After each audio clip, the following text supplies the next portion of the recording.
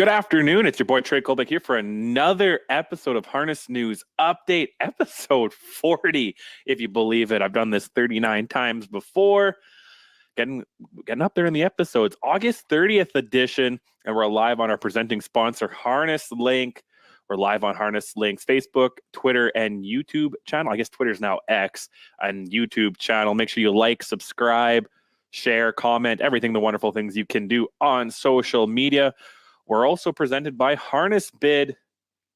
Harness Bid is the game changer for the harness racing and standardbred bloodstock industry. It provides buyers and sellers with easy-to-use online platform that offers global reach, unparalleled transparency, and convenience for its customers. With zero commission on every horse sold, buyers can purchase horses with the confidence that they are getting the best for their value, while at the same time, sellers can list those horses without worrying about hefty commission fees eating into their profits. For more information and to get started, visit harnessbid.com. Oh, Wednesday's episodes have been a little bit chill lately. Last week, I went over some Canadian sire stakes standings. We're going to go over some U.S. sire stakes recaps in a little bit, but which is also sponsored by the USTA. But first, just a little brief news update. Thought I'll add some stuff here, some things going on in the harness racing community. Up first, the Alcohol and Gaming Commission of Ontario, or also known as the AGCO, is temporarily amending a rule in the Standardbred and Thoroughbred rules of racing, effective August 28, 2023. The rule regarding blood sample collection from a horse for TCO2 testing will no longer specify the number or type of test tubes used for the collection. I'm not a vet, so I'm not 100% sure all the details on that, but for more information on that, check out the link to the article is in our description, or Harness Link, which provides more further resources on the matter. Also in news, former North America Cup winner breaks the all-age Grand River record on Monday evening. Let's check out the final quarter of a mile. Artie's Ideal now is moved up and is racing third. Let's time it on, and then Centra. And now Desperate Man has got the lead. Desperate Man has taken the lead from Ideal Perception.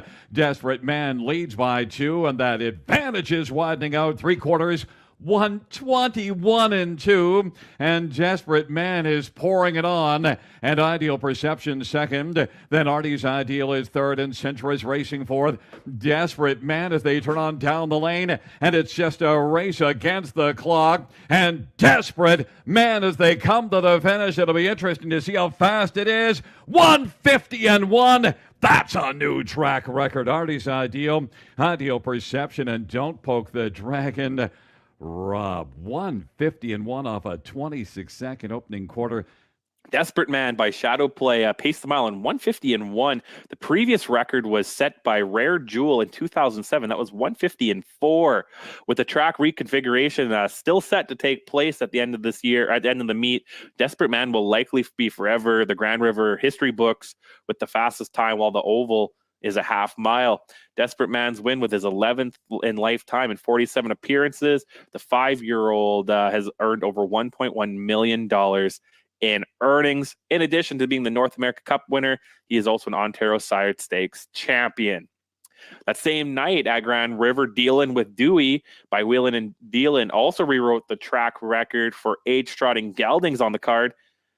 He put up a 150-4 with Jason Ryan in the bike. Let's see this one. Fourth Sicario, then on the inside run like Hill, and the fixer. 3/4, 125-3. Treasure T trying to fend off, Dealing with Dewey.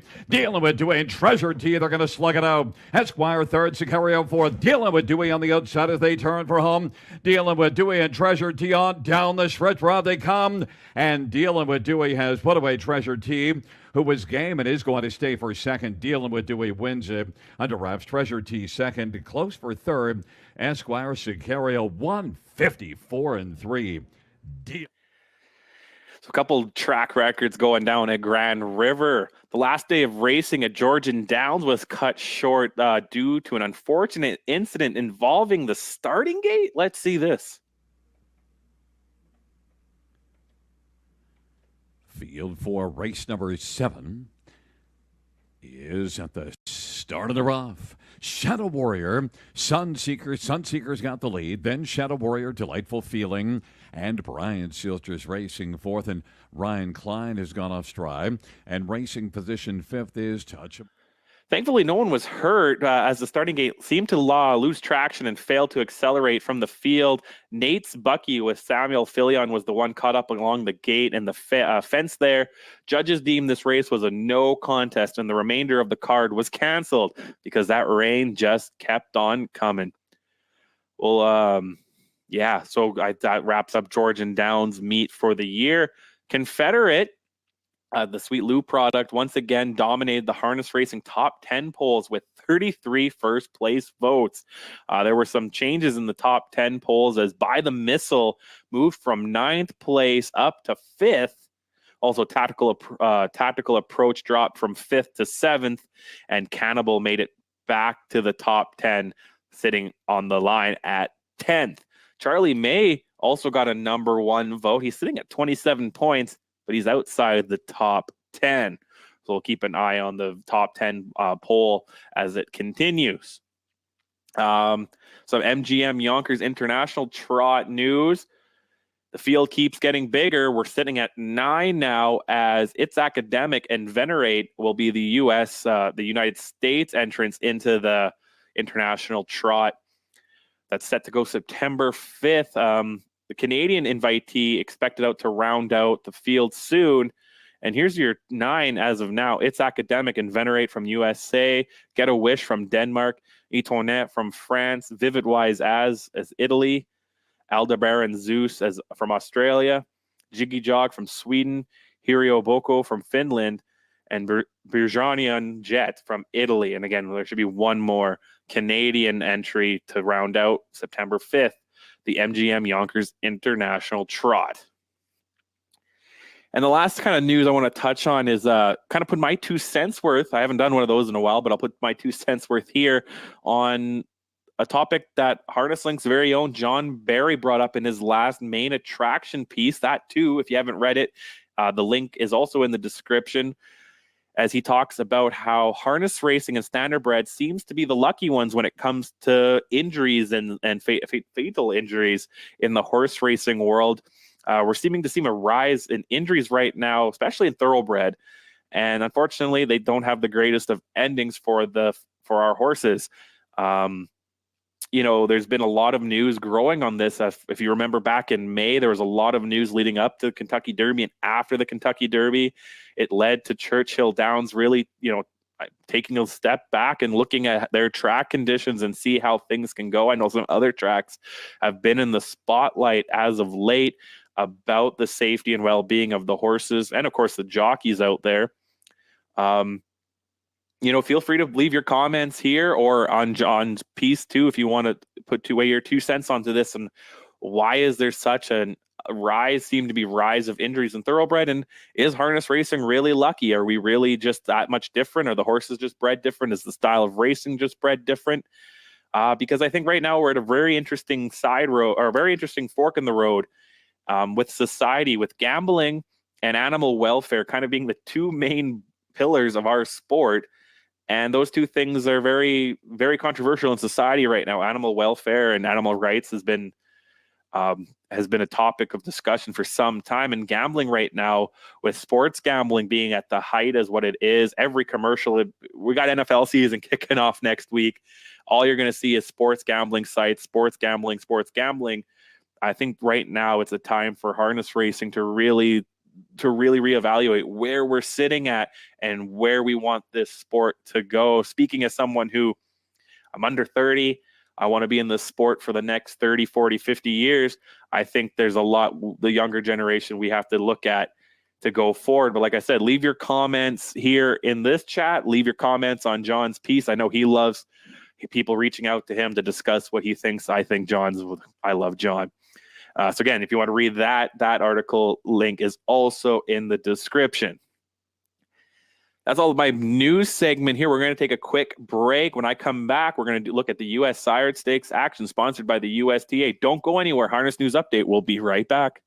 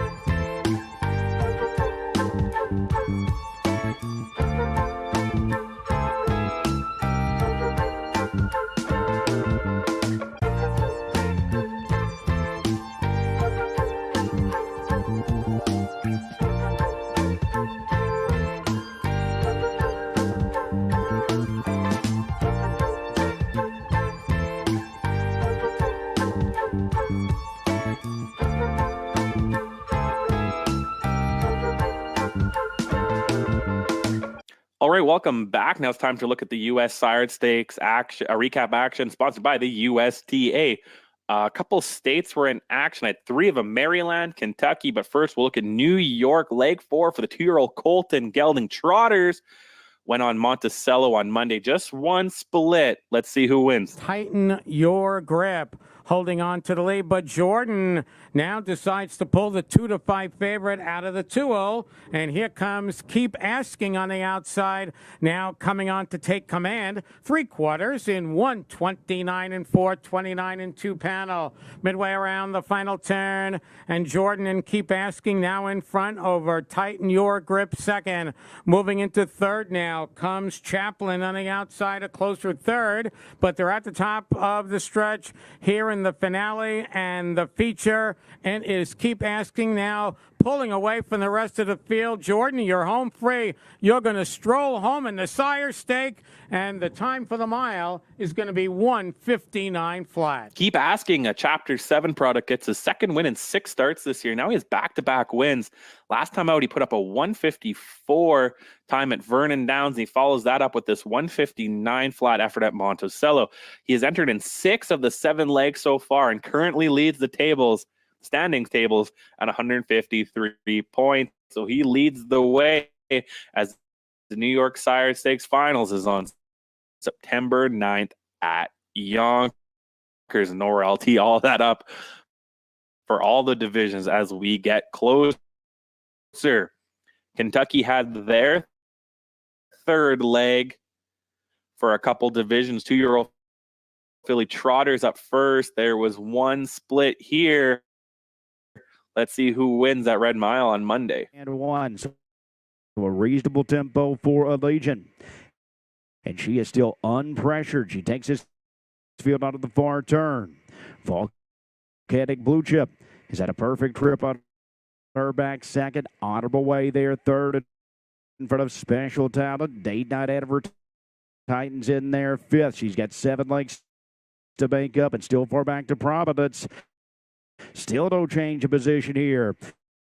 At the Kentucky Championship event, it's Allegiant who continues on top as they trot the top of the stretch, and they're by 3/4 at 1:25-3. A well-rated Allegiant fronts the field, turning for home. Volcanic Blue Chip started to gear up off the perfect trip. Honorable Way swings out to the center, and from far back, Day Night Hanover begins to rally. Mid-stretch, Allegiant trying to buckle down and fend off Volcanic Blue Chip. It's Allegiant with a short lead down at the inside. Volcanic Blue Chip trying to winch in. Far outside, that's Day Night Hanover. Allegiant's close to home with Volcanic Blue Chip lunging late. Allegiant all the way. Allegiant, a well-rated winner. Volcanic Blue Chip was second. Special Talent slid through down at the inside to grab third at 1:53-4. Allegiant, by tactical landing, gets her 4th win in 7 starts. She hasn't won since July 21st at the Meadowlands in the New Jersey Sire Stakes. She finished 5th in the New Jersey Sire Stakes finals. Allegiant finished 4th in her Kentucky Sire Stakes debut in leg 2 and gets the win here in leg 3. Leg 4 for the 2-year-old Philly Trotters is set for September 5th, with the finals being on September 17th. 3-year-old Philly Pacers went Tuesday for the Kentucky Sire Stakes, leg 3. One split as well. Let's see who wins this one. Today on the move of the rim third, past Zadata. They're off 3/4, 1:24-2, and we'll turn it into a 1/4 mile sprint. It's Strong Poison who's got the jump of the field. Cultured continues to race out her back in second as Charleston rallies down the center of the track. They move into mid-stretch now. Strong Poison is driven out. Charleston trying to rally past late with Cultured third. It is Strong Poison or Charleston. They battled into the finish. Strong Poison. Strong Poison digs in to win. Charleston was second. Cultured third. Zadata fourth. 150. Strong Poison by Always Be Mickey gets the second win of the year in 6 starts. Only finished outside the top 3 once, which was in the Adiovola. Back-to-back second places in legs 1 and 2 of the Kentucky Sire Stakes, and now gets the win here in leg 3. The 4th leg for this 3-year-old Philly Pacers is September 10th, with the finals also being on September 17th. And we'll continue to look at the Kentucky Sire Stakes as we get closer to the finals. Maryland had a couple divisions. First up, they had 2 splits for the 2-year-old Philly Pacers Monday at Ocean Downs. Let's see who wins the first one. Please make the way to the three-quarter pole, and COVID for real. She has not been asked yet. She leads it by a length and a half on Gracefully Chosen. Now a mid-backstretch move is Who Dat Really. She's still heavy on that right line. She's almost looking to the right. They've gone three quarters in 1:34. They're on the final turn. COVID for real in front by a length and a half. Inside Gracefully Chosen. Who Dat Really continues to struggle on the outside as they move to the top of the stretch, and coming off the inside is Gracefully Chosen. Sets out for COVID for real as these two-row fillies head into the stretch, still plugging away on the outside. Who Dat Really? She's been a handful, but she still fights on. COVID for real. Who Dat Really? COVID for real. Who Dat Really got second, and she was a real handful. Third was Gracefully Chosen, and last home, how about Damn Apples? COVID for real. Rusty's for real. Filly breaks her maiden, has finished in the top three in each of her starts, but finally gets the job done here in 2:04 and 1. A couple races later was the second split. Another Rusty's for real filly. Rusty's Baby Ruth gets her second win in 3 starts, back-to-back trips to the winner's circle after finishing second in her debut. Puts up a 157 and 4 for her new lifetime mark. Let's check it out. Fancy Like That, and Fancy Like That coming to confront Rusty's Baby Ruth. These two now have kicked away. Clearly into third is Marissa for real. They've gone three quarters in 1:28 and 4, 29 and 2 third quarter on the final turn. And on the outside, up to take the lead is Fancy Like That, but Rusty's Baby Ruth not going down without a fight. It's about 8 lengths back in third to Marissa for real, and they're in the stretch.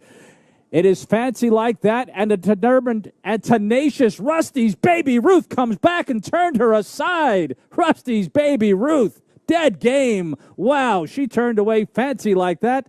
Finishing third was Marissa for real, and then came Your Grace Found Me and Tailgate Queen last in a final time 157 and 4.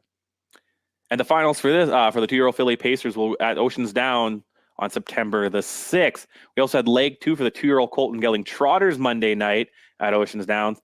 One split. Let's see who wins. Together on the outside with the first-timer Gerald's a keeper at three quarters, and War Pony is traveling very well. Leading it by 2 now on Locked Out. KJ Dash is well out into the track, but is closing in resolutely here as Whitesville Joy has stopped to a walk. They've gone three quarters in 1:31 and 2, and War Pony has had things all his own way and now opens it up by 3. KJ Dash has worked very hard to get into second as they turn for home with War Pony in front. KJ Dash continues to box on the outside. In third is Locked Out War Pony. Look at KJ Dash running out of time. War Pony, KJ Dash. Oh, it's very tight. A remarkable effort if he got there, but it's close as well in the photo. Very tight between War Pony, KJ Dash. It could go either way in 2:01 and 3. KJ Dash, a lockkeeper, gets a second win in 3 starts, back-to-back wins after finishing second in his debut. Put up a 2:01 and 3 time this time. Last time did a 2:01 flat, which is his lifetime mark. The finals for this and all the divisions, I believe, at Oceans Downs for the Maryland Sire Stakes is September 6th. That's everything I have for you there. We'll make sure to keep it locked into Harness Link and Harness News Update for all the Sire Stakes action on both sides of the border as we're getting closer to kind of the end of the official harness racing season, and a lot of Sire Stakes action wraps up. We'll be back Friday, 3 p.m. Eastern time to tee up all the action over the weekend. A lot going down at Mohawk with the Canadian Pacing Derby and the Maple Leaf Trot, Sire Stakes action, and so much more. Again, 3 p.m. on Friday. Just a quick note, scheduling note, with it being Labor Day, I'm going to push Monday's show to Tuesday, and then I'll be back Wednesday as well. So next week will be Tuesday, Wednesday, Friday, but I'll be back this Friday at 3 p.m. Eastern time to tee up all the wonderful things that we got going on. Again, we're live on our presenting sponsor, harnesslink.com. We're on Facebook, Twitter, and YouTube. Make sure you like, subscribe, tweet, retweet, share, all the wonderful things you do. Thank you to our episode sponsor, HarnessBid, the game changer in the harness racing and standardbred bloodstock industry, and for the USTA for sponsoring our U.S. Sire Stakes action. On behalf of everyone at Harness Link, Ace Behind the Scenes, I'm Trey Colbeck. We'll see you Friday. Bye-bye.